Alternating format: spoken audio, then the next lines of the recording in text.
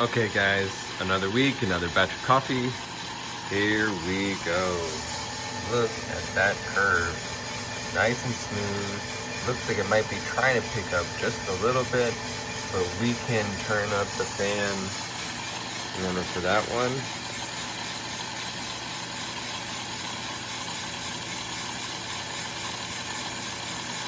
It is moving along.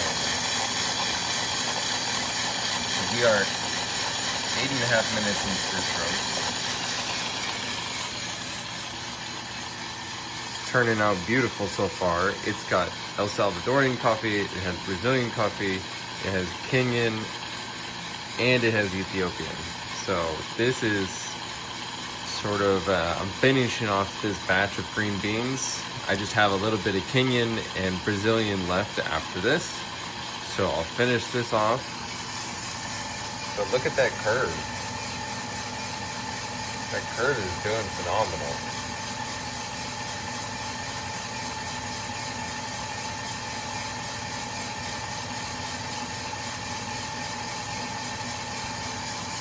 So the whole theory behind this is that you want this rate of rise to be smooth.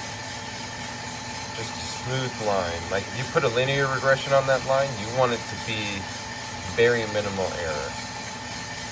And the reason for that is that if it's spiking up and down a whole bunch, then that's going to introduce a lot of smoky and flavors. And if it just goes flat and it's not really changing very much, then it's going to have a flat taste. It's just going to not taste like it was developed correctly.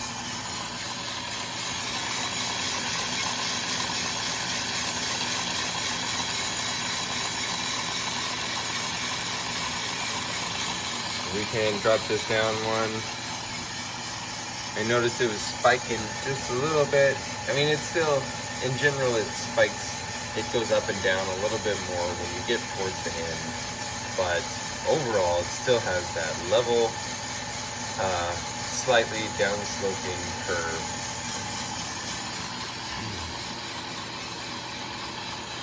And we're getting close now, guys. 10 minutes roasting.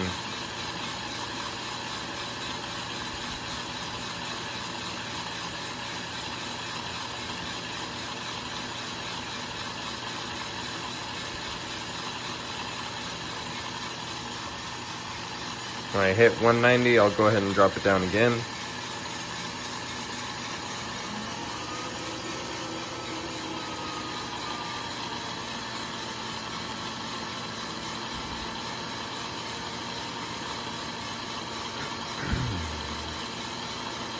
I typically drop this at 205. That's degrees Celsius. So it's 191 Celsius. To make it Fahrenheit, just basically double it. So it's almost at 400.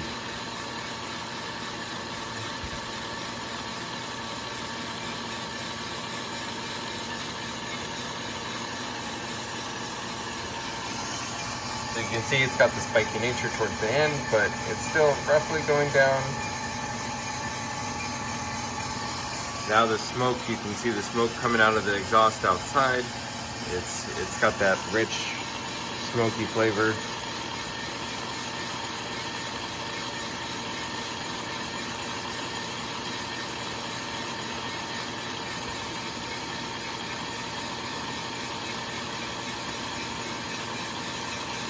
Waiting to hear if we have first crack.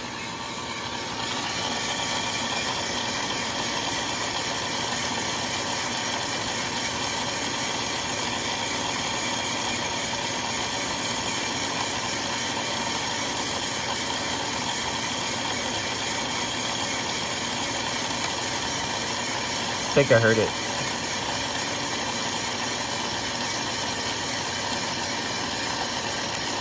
Yep.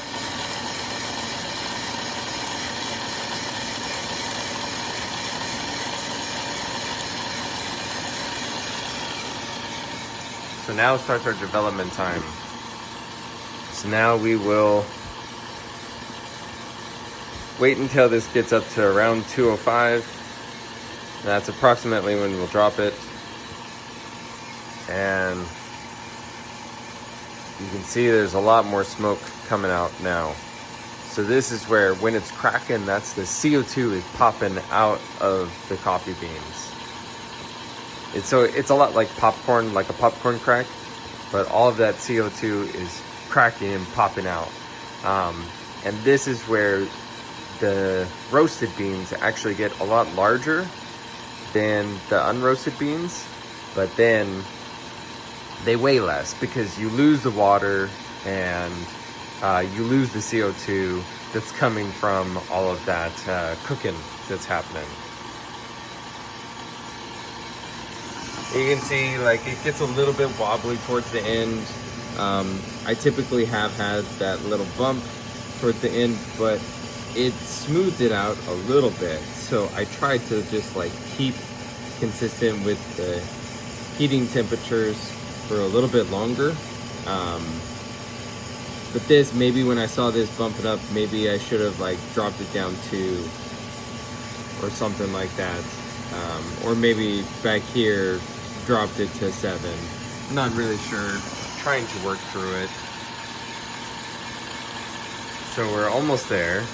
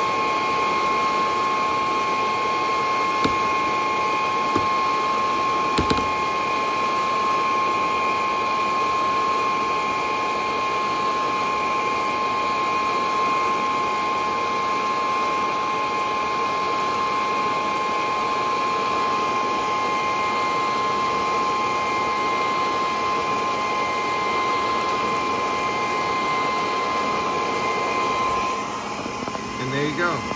That's the full roast. I'll get ready to roast the next one, and then I'll have to order some more green beans. But there you go. Another day of roasting coffee. Have a great day, everyone.